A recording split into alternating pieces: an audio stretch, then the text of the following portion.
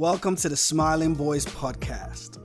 This is a podcast that explores a public health approach to improving the mental health of Black boys while challenging the negative stereotypes often associated with this demographic in the society.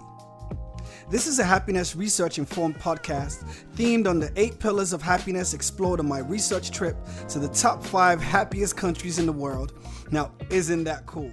So welcome to another episode of the S.M.I.L.E-ing Boys Podcast. And this episode again today is on the pillar of happiness, which is freedom. We're going to explore specifically the freedom around sexuality and how that leads into conversations around homophobia as it pertains to young Black boys in particular, but also I think on a macro scale in terms of Black masculinity and the socialization of patriarchy into boys and men in our society, and also women as well. So we're going to explore that in today's episode. As always, we're going to kind of dig into some research, some essay excerpts around the context of sexuality and in particular Black masculinity and trans misogynoir and all these other terms that we're going to explore today. Again, following on from some of the research around freedom, it states in the World Happiness Reports from 2012 that no people can truly be happy if they do not feel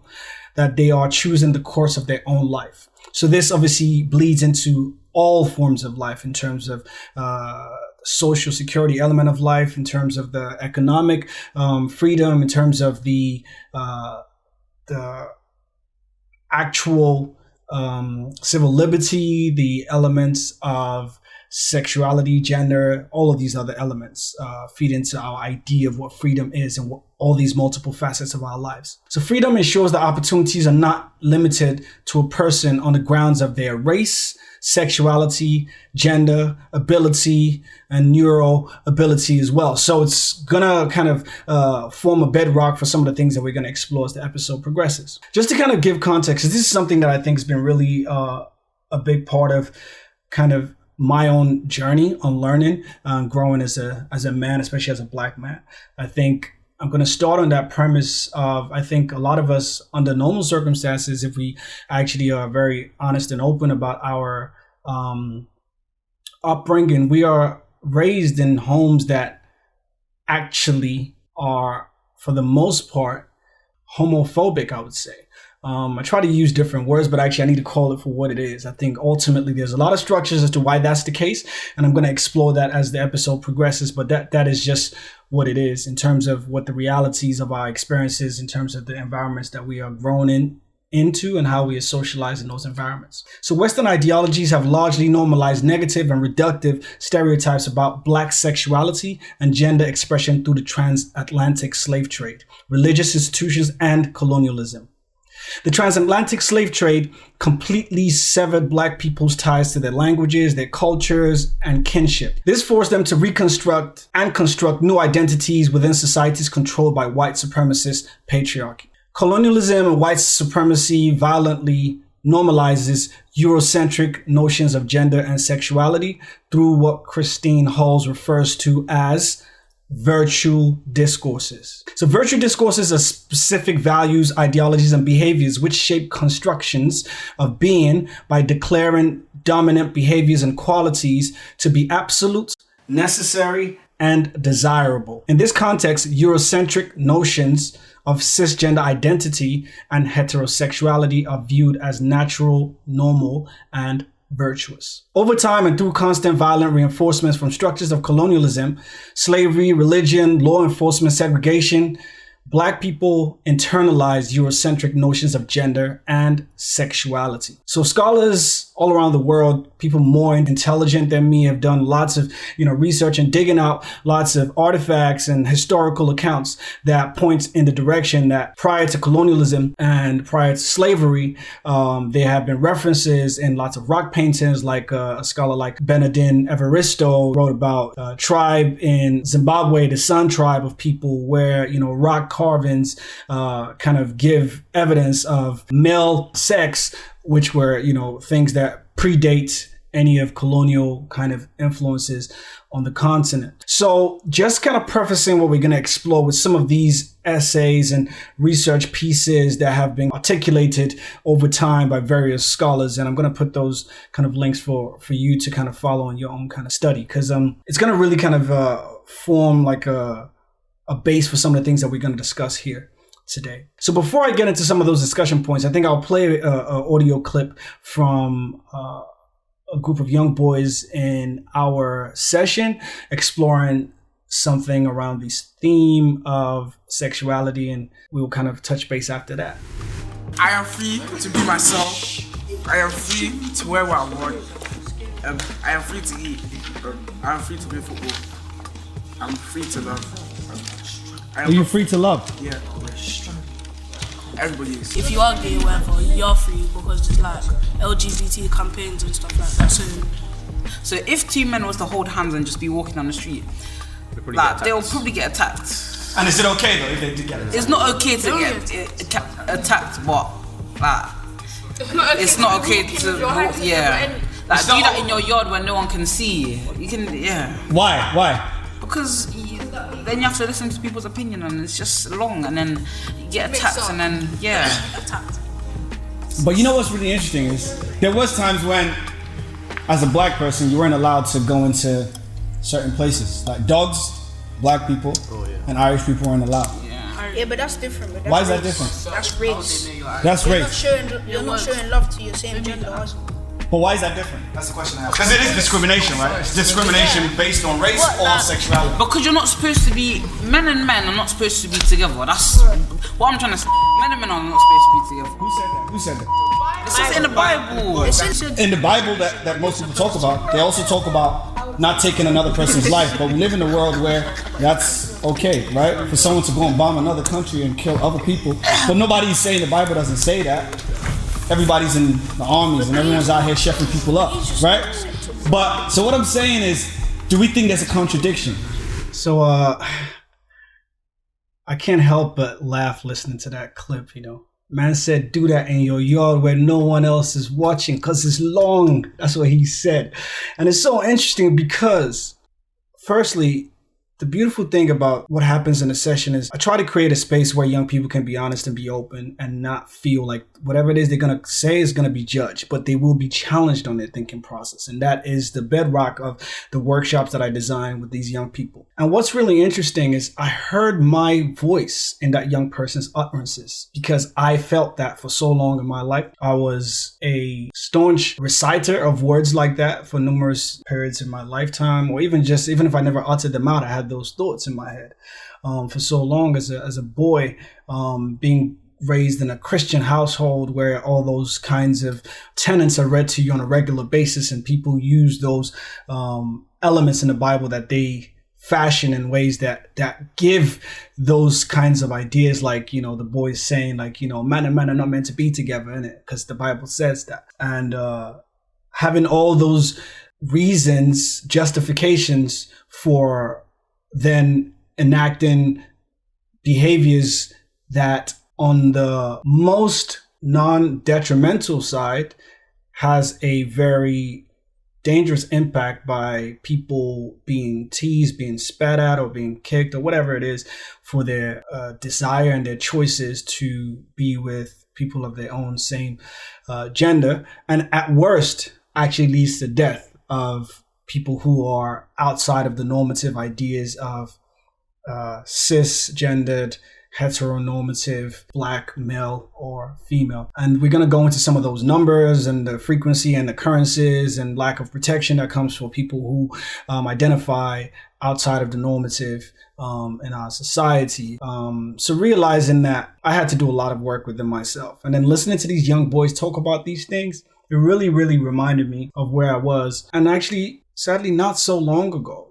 This is way into my early 20s, even somewhat mid 20s, where I had all these ideas and beliefs which are rooted in all these tenets of Christianity and cultural disdain for anything that's not gender, sexuality, normative. So I'm just gonna explore some of the things around that and actually how that really showed me that the work that needs to be done, especially around one, challenging these things in the environments like schools, where young boys and young girls have these ideas based on their culture, their tradition, their religion, that they grow up in the household, understanding that some of the rhetoric in which I hear about how people speak about these things actually doesn't help and doesn't ever permeate to the actual level where these young people can actually understand, challenge their thought processes, follow the pattern of where that's come from, and actually question that, right? Because all the hatred and anger and everybody shouting, you should know this, you should do this, actually for young people, that's just going to go in one ear and out the other. And then they're going to be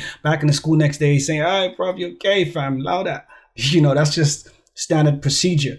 Until you get them to really think and understand and say all the things they want to say out without actually making them feel like, oh yeah, what you just said there, you're so bad for that. Because all of us have to go through a journey, right? And that's what my role is, especially around the educational element, especially when it comes to working with young Black boys. So for me, trying to trace that back and understanding that, culturally, a lot of, Black communities, traditions, post colonialism and slavery had to redesign and reconstruct new identities because all of that existed before was erased, sadly, and a lot of people who then became on the diaspora had to reform new identities based upon a white imperialist structure, which was created in the new homes and new lands that they have come to make their own home. So again, just realizing that from a perspective of young boys saying, oh, do that in your own house, mate, don't bring that out on the streets, how that quickly leads into ideas of disdain, and then further on from that, violence enacted towards those people, because there's a lack of value placed upon the lives of people like that, right? Because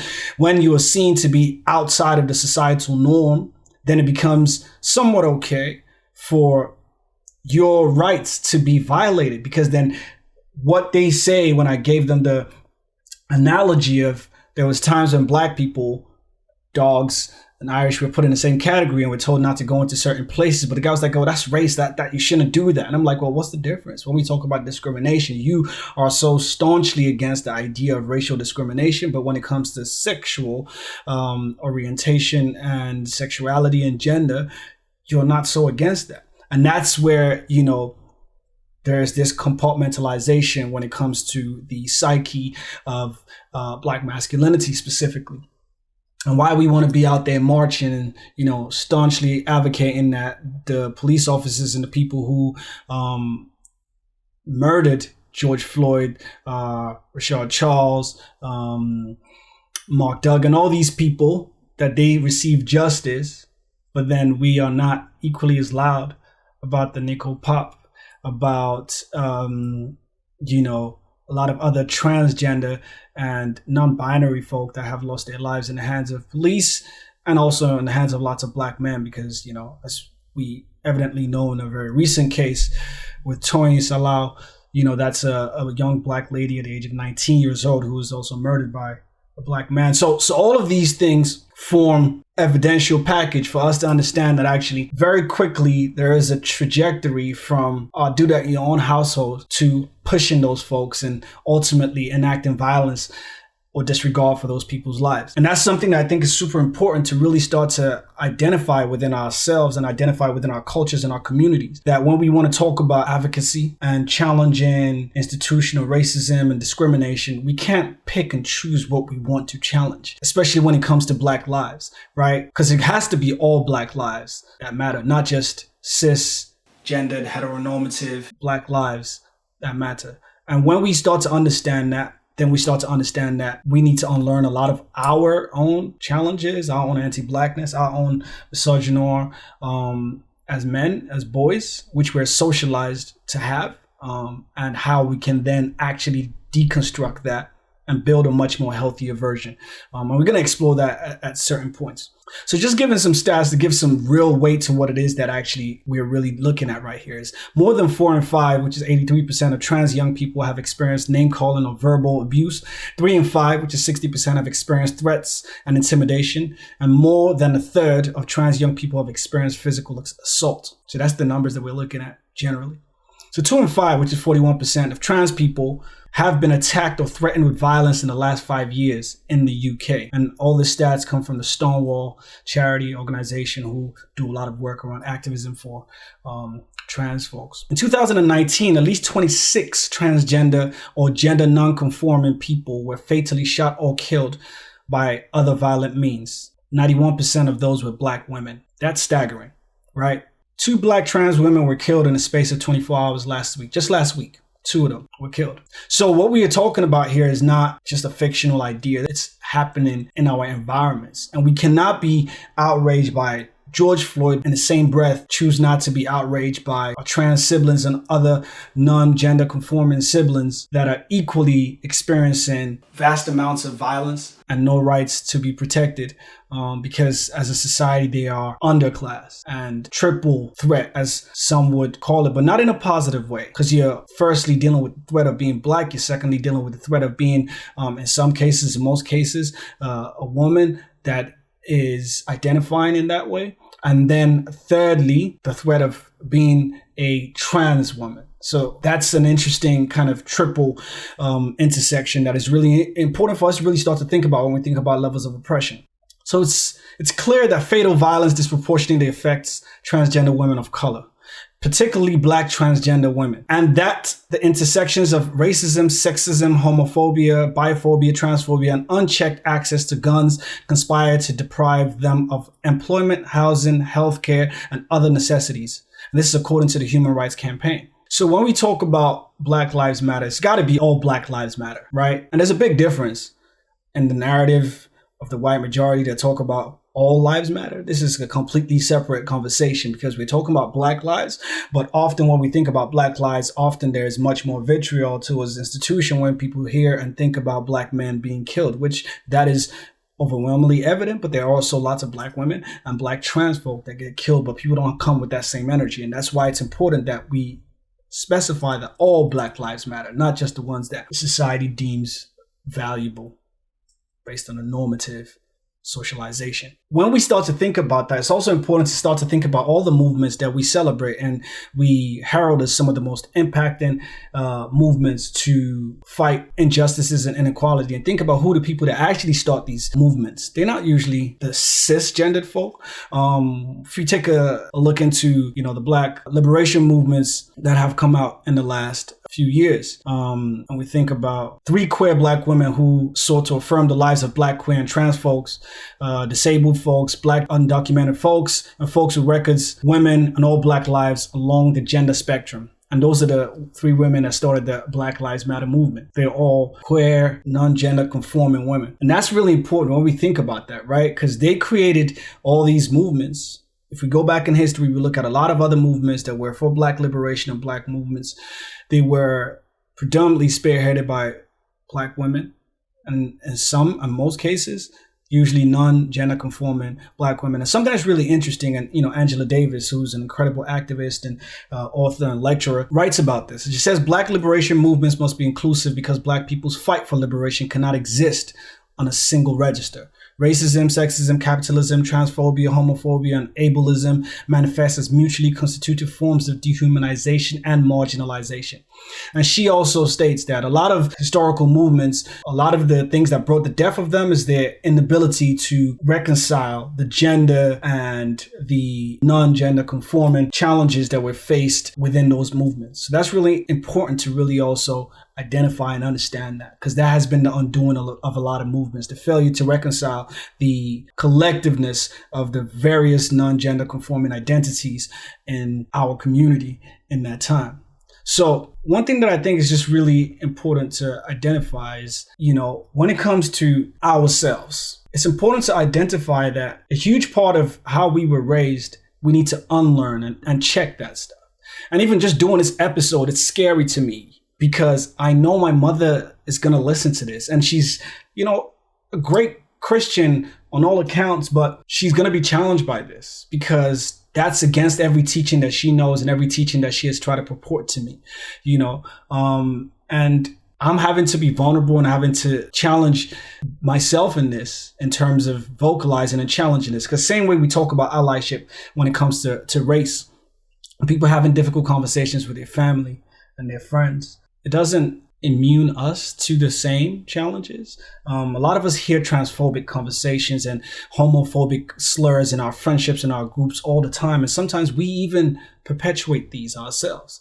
And actually, we need to be checking these things as much as we expecting white people to check their own privilege and their own racism in their household and their families. We need to be questioning and correcting folk about that, because actually, if we come from the base and the place where actually understanding that a lot of these ideas that we have been fed based on religion, based on societal norms and culture, these are things that were brought post-colonialism. These are things that were brought post-slavery. And there's so much evidence of a lot of more intelligent and well-researched folks that have, outlines and breakdowns of prehistorical times where, there's evidences of this in lots of indigenous cultures where different genders have always existed and actually always been celebrated as some of the more spiritually enlightened folk because of their non-gender conforming identities and seen as they are the closer ones to receiving spiritual enlightenment. So there's a lot of, indigenous communities. There's Congolese communities that have those historical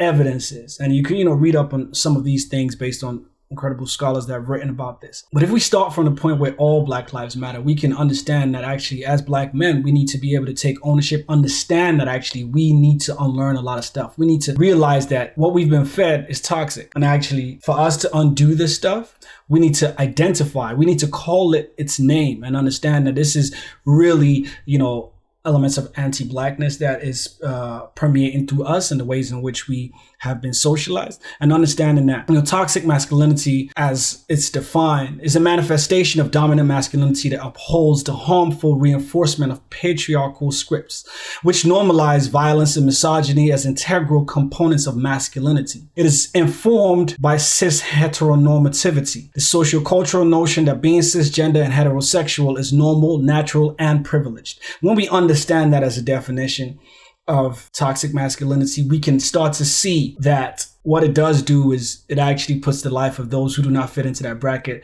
in danger, as we can evidently see in terms of the numbers of sexual harassment, violence against women, Black women specifically, understanding that, these are doings from the same lineage of toxic masculinity. And until we undo that, unlearn that, challenge each other and work to do better, that wouldn't change. Especially when we think about, young Black boys, the way they are raised, the way they are socialized, when you start to think about how deeply insidious this is and how this is normalized conversation. But actually to allow them the space to be able to unlearn this stuff, we need to be humble. We need to be tactful. We need to be able to create non-judgmental spaces. And for that to happen, we first need to do the work in ourselves. As Black men, we need to be able to do that and then create space to be able to engage and challenge these thought processes, because every session that I go in, I give another anecdote, a group that I worked with for 8 months, incredible group of young Black boys that I work with. We worked through so many things, and on the last day of the session, giving them letters and then just doing a recap on the board, just saying to them, can somebody just, outline some of the things that we've gone through and learned in this period? And they was like, we've learned, this to understand our feelings. We've learned how to process emotions. We've learned how to be non-judgmental, work to challenge discrimination towards race, towards people who have disabilities and gender, but no batty man though. No, we don't really rate that. And I'm like, what? What have we learned? What have we explored in the last 8 months? Like, yeah, all of that stuff, Kay. Yeah, definitely, sir. Like, we've learned to break all of that stuff down, but not sexuality, though. Like, still no gay. Like, we don't rate that. And I'm like, but I'm gay. And at that moment, the kind of ruckus that was created in the classroom was on scene. Like, they lifted their chairs, they threw their chairs up. It was like, sir, man, why are you just telling us that now? Like, I opened up to you, I told you, like, yeah, about Gotham. I told you about what man was doing. I told you how I was feeling, sir. Like, I opened up, man. Like, why would you not say that to us from the beginning? I'm like, what's the difference? Like, if I said that to you then, and said that to you now, what's the difference? All the things that you just said about how you opened up, how you were able to be honest, how you were able to engage and connect to me and felt like that was authentic. Why is that change if my sexuality was different? It was like, sir, man, I thought you was hard still. I thought you was kind of like, yeah, like a G, fam. Like, how you going to say you was gay and you're just telling us, sir? And then I just kind of followed that train of thought with them and just kind of got them to think about what's different. Why would I be seen different completely? Why would all those things be devalued just because of my sexuality would have been identified as being gay? And for a long time, for about 20 minutes, I got engaged them in conversation. I got them to really come to a point where they saw that whatever it is they were thinking was rooted in so many really disturbing thoughts. And at the end of that, I had to be honest with them and tell them that I wasn't gay. And it was like, oh, sir, man, like, oh, come on, man, like, you would have just got me on a sad one. And getting them to understand that I could have been gay, and all those other things that you just highlighted could have been absolutely things that you would have taken from this session and taken from our engagement. But at the same time, I could have been gay, just letting them know that everything they took from that engagement, everything they took from process, the honesty, the connection, the vulnerability, all of that would have still been authentic, irrespective of my sexuality. And hopefully that started to sow a seed in their head to get them to see this person that they looked at and idolized to a certain degree and try to model their versions of masculinity on, for a brief moment, challenge their ideas of sexuality and cisgenderness and heteronormative ideas in that moment. And that's, for me, one of the biggest victories in this work. But that work needs to continue. They need to go home and their parents follow that thought process. Their uncles, their older brothers, it's our collective responsibility to do that. And actually, this is why this is a call to action, because we look at all these things that are happening in this time, and this is a time for rebuilding. This is a time for rebuilding. This is a time for us to unlearn all the things that didn't serve us and actually move to a world where we collectively trying to create equality for every single person, especially all Black folks. And that's important. And that's where, this episode is coming from, that standpoint. And I hope there are things in this episode that really resonated, a cause for you to really think and rethink and hopefully challenge your ideas and, challenge the next folk, the next kin that you have around this. Again, I'm not here trying to say, I've done the work, I've finished the work. I just understand the need for this work. I understand the need, especially from a perspective of working with young boys, young Black boys particularly, because actually they are the future, they are the tomorrows. And if they don't start to work on this, if they don't start to understand and unlearn and unpick this stuff, we're going to see more and more of these deaths. We're going to hear more and more of these names of young Black women who are sadly deceased at the hands of lots of Black men and lots of men generally, and understanding that they are the most at threat to the manifestations of cisgendered heteronormative patriarchy that we purport in this society as a whole. But also, I think just to kind of end on this note, that not only is this work that men also need to uncover and unlearn, because when we understand about toxic masculinity, we also need to understand about toxic femininity as well. That is also a manifestation of dominant femininity that are shaped by white supremacist patriarchy and reify traditional cis heteronormative gender scripts, which act as a harmful tool of gender policing to dictate who is and can be defined as human and woman.